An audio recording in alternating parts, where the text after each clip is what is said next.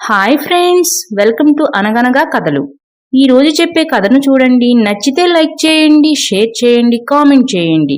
Subscribe చేసుకోకపోతే please subscribe చేయండి.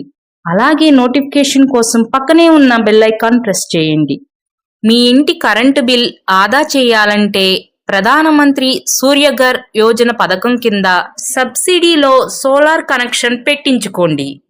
గరిష్టంగా 78,000 వరకు సబ్సిడీ పొందండి. వీటి పూర్తి వివరాల కోసం ఇక్కడ ఉన్న నెంబరుకు కాల్ చేయండి. ఇక కథలోకి వెళదాం. అనగనగా అది కాకులు దూరని కారడవి, చీమలు దూరని చిట్టడవి. ఆ అడవిలో ఒక చెరువు ఉంది. ఆ చెరువులో మీనా అనే చేప తన పరివారంతో నివసిస్తుంది. ఆ అడవిలో అక్కడ చెరువు ఉన్నట్లు అడవిలోని పక్షులకు, జంతువులకు, నరమానవులకు గాని ఎవ్వరికీ తెలియదు. అందువల్ల ఆ చేపలకు శత్రుభయం లేకుండా పోయింది. అలా ఉండగా ఒకరోజు అనుకోకుండా ఒక కొంగ అటు వెళుతూ ఆ చెరువుని చూసింది. ఏంటి, ఈ ప్రదేశంలో చెరువు ఉందా? నాకిన్నాళ్ళు తెలియదే. అంటే ఈ చెరువులో చేపలు ఉంటే మనం వెళ్ళి ఒకసారి చూద్దాం అని అనుకుని ఆ చెరువు వద్దకు వచ్చింది కొంగ. తీరా చూస్తే ఆ చెరువు నిండుగా చేపలే. అబ్బా, ఎన్ని చేపలున్నాయో! రోజు నేనొక్కడినే ఇక్కడికొచ్చి ఈ చేపల్ని తింటే ఇవన్నిటినీ తినడానికి నాకు కొన్ని నెలల పాటే పడుతుంది. అంటే కొన్ని నెలలు నేను ఆహారం కోసం కష్టపడాల్సిన అవసరం ఉండదు. అందుకే నేను ఇక్కడ చెరువు ఉన్నట్లు ఎవ్వరికీ చెప్పను అని అనుకుని ఆకలి మీద ఉన్న కొంగ కొన్ని చేపలను గబగబా తినేసి పొట్ట నింపుకుని ఆ రోజుకి అక్కడి నుంచి వెళ్ళిపోయింది. అలా రోజు వచ్చి తన ఆకలిని తీర్చుకుని వెళ్ళిపోతుంది కొంగ. ఇన్ని రోజులంటే ఆ కొంగ బారిన పడకుండా ఎలాగోలా తప్పించుకున్నాం గాని ఇక ముందు తప్పించుకోవడం కష్టమే. అందుకే ఏదో ఒక ఉపాయం ఆలోచించి ఆ కొంగ బారి నుంచి తప్పించుకోవాలి అంది మీనా చేప. అవును, ఏదో ఒకటి ఆలోచించాలి అన్నాయి మిగిలిన చేపలన్నీ.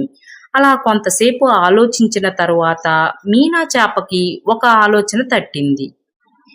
నాకు ఒక ఉపాయం తట్టింది. మనం గనక అలా చేస్తే మన ప్రాణాలను మనం రక్షించుకోగలుగుతాం అంది మీనా చేప. ఏంటో అది త్వరగా చెప్పు, అలాగే చేద్దాం అన్నయి మిగిలిన చేపలన్నీ. ఏమీ లేదు, కొంగొచ్చే సమయానికి మనమందరము చనిపోయినట్లు నీళ్లపైన తేలిపోదాం. అప్పుడు మనమందరం చనిపోయామనుకుని ఆ కొంగ ఇక్కడి నుంచి వెళ్ళిపోతుంది అని ఏం చెయ్యాలో ఎలా చెయ్యాలో చెప్పింది మీనా చేప. మీనా చేప చెప్పినట్లుగానే కొంగ వచ్చే సమయానికి చేపలన్నీ చనిపోయినట్లుగా నీళ్లపైన తేలాయి.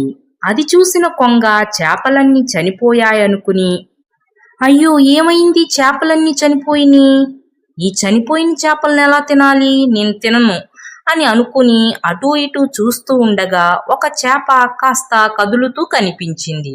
ఆ చేప బ్రతుకుంది, దాన్ని తిందాం అనుకుని దాని దగ్గరకు వెళ్ళబోయింది కొంగ. కొంగగారు కాస్త ఆగండి, మా ప్రాణాలు ఎలాగైనా పోతున్నాయి, మీరైనా బ్రతుకుండాలి, అందుకే ఈ విషయం చెప్తున్నాను, కాస్త ఆలకించండి అంటూ కంగారుగా చెప్పసాగింది మీనా చేప.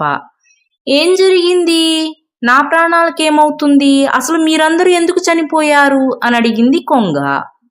కొన్ని గంటల క్రితం ఒక నాగపాము ఇలా వచ్చింది.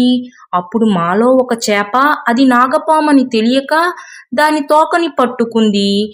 అంతే, ఆ నాగపాముకి కోపం వచ్చి విషం ఈ చెరువులోకి చిమ్మి ఇక మీ జాతి అంతా అంతరించిపోతుంది, ఈ చెరువులో నీళ్లు తాగినవారు అలాగే మిమ్మల్ని తిన్నవారందరూ కూడా చనిపోతారని శాపం పెట్టి ఈ చెరువులోకి విషాన్ని చిమ్మి వెళ్ళిపోయింది.